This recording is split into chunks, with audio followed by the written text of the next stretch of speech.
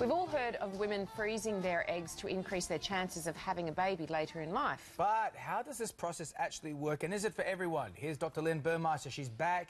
Good morning, Lyn. We love your segments here. We get a lot of responses. You are our fertility expert. You are. Thank you. If a woman wants to freeze her eggs, what should she do?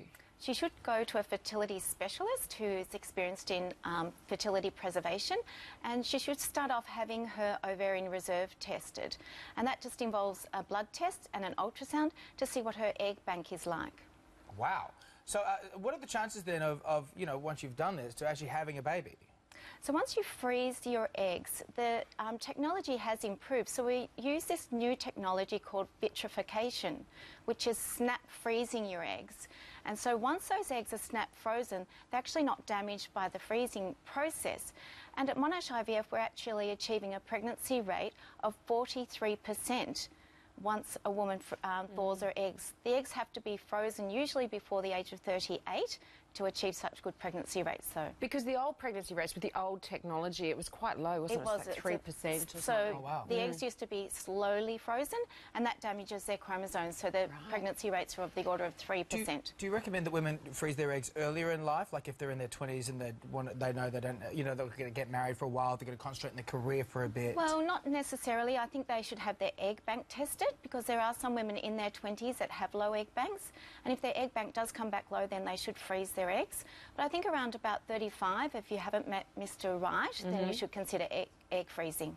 So, you know, we know that patients suffering from medical conditions, you know, if they have to go through chemotherapy, that kind of thing, will freeze their eggs. But a lot of everyday women are now looking to use this technology too, aren't they, Lyn? Yes, so to delay having the baby, so they're, you know, moving forth with their careers. They really don't have time to have a baby, or they haven't met Mr. Right, and so they are using this technology to preserve their fertility. Is it expensive? It is expensive. It costs between $10,000 to $15,000. Right. Wow. Is that like just that, and that will then be kept there, and that's just a one-time so payment? that will be kept. Their eggs will be kept there, and they have to pay a small fee every year to just keep the eggs there. Right. And we usually recommend that they use their eggs by their 52nd birthday. Right. Wow. Okay. Cool. Now, what can a woman do to help preserve her fertility? So she needs to stay healthy, number one. Alcohol and smoking will damage your egg bank. In fact, they've done studies now. If you smoke when you're pregnant, your baby girl will have less eggs than a non-smoker.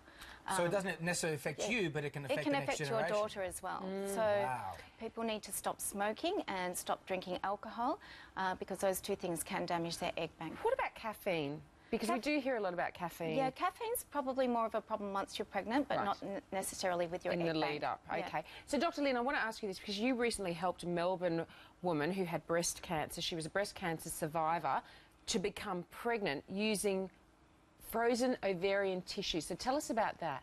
Yes, so she came to see me when she was 37, and she had a 5-centimetre invasive breast cancer. So she had to start chemotherapy straight away, and the only option I could give her was to freeze a little bit of her ovary.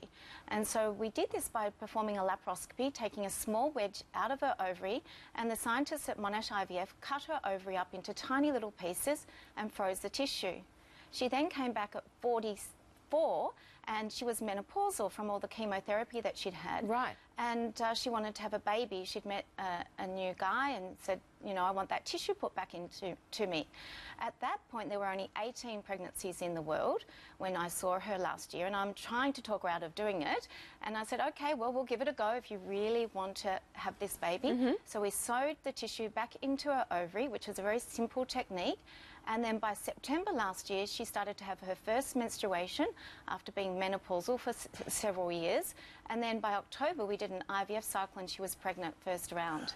That's amazing. And she's due to have her baby in like a couple of weeks. Yes, that's right. Yes. What a success story. Yeah. Yes. Now, do ovarian tissue transplants, is it like the egg freezing technique, and will it preserve women's fertility into their 50s? So you said 52, I think, for the egg That's fertility. right, yeah. So potentially we could actually even delay menopause, but at the moment we're just using it for medical therapy. So when patients have cancer, or they may be at high risk of going into menopause, say some girls with endometriosis or with recurrent ovarian cysts, you might take a little bit of the ovary out when you're doing surgery to freeze it. Fascinating stuff, isn't it? No wonder people science love you of on it. this show. You're amazing. Yeah, thank you so much, Dr. Lyn. We'll see you again